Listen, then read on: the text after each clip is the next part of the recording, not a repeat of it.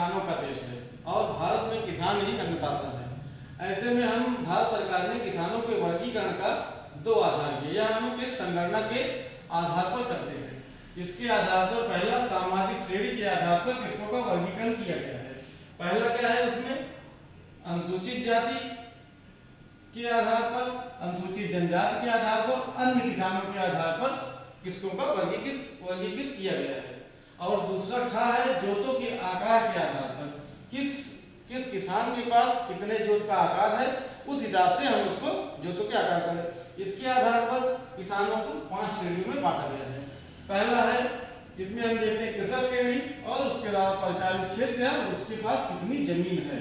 तो पहला है सीमांत कृषक। सीमांत कृषक के पास 1 हेक्टेयर से कम जमीन होती है, वह सीमांत कृषक होता है। और दूसरा है लघु कृषक। लघु कृषक के पास 1 हेक्टेयर से लेकर 2 हेक्टेयर तक भूमि होती है। तीसरा है अर्ध मध्यम कृषक। इसके पास 2 हेक्टेयर से लेकर 4 हेक्टेयर तक जोत का आकार होता है। चौथा है मध्यम कृषक। इसके पास 4 हेक्टेयर से लेकर के 10 हेक्टेयर तक जोत का आकार होता है।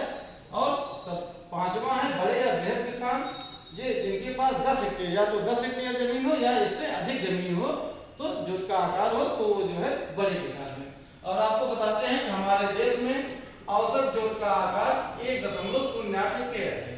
और राज्यों के आधार पर अगर देखते हैं तो जोतों के आकार पर सबसे बड़ा जोतों के आकार पर नागालैंड है, जहां पर एक किसान के पास 5.06 हेक्टेयर जोत का आकार है। उसके बाद अरुणाचल प्रदेश है 3.35 हेक्टेयर, पंजाब है 3.62 हेक्टेयर और हरियाणा है 2.2 हेक्टेयर।